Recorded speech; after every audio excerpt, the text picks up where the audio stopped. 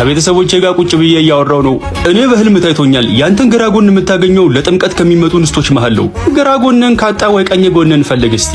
እማ ደግሞ ትቀልጃለሽ አይደል? እንደው ምን አይነት ጠላት ሴት እንደወጣልኝ እንዳስተበተበብኝ እንጃ። እንደው ባገኘው ቆራርጬ ነበር ምጥለው። ያንተ ጠላት እኮ ማንም ሰውን የገዛ ምላስ ነው። ስለዚህ ምላስን ቆራርጠህ ጣለው። ይኸውልህ ዝም ብለህ እኔን ስማኝና የከተራ ቀን በግራና ቀኝ ኪስ ሎሚ ጠቅጥቀ ጸልየ ከቤት ውጣ። እንዴ ለከተራ የሚመጡ ሴቶች ሊያውሉ ነው እንደሚወረውረው? የሁሉ ሎሚ ምን ይሰራለታል? ምን ነው በዘጠኝ ሎሚ ስቼሽ በአስረኛው ተሳክቶልኝ እንደተጋባን ዘነጋሽው እንዴ?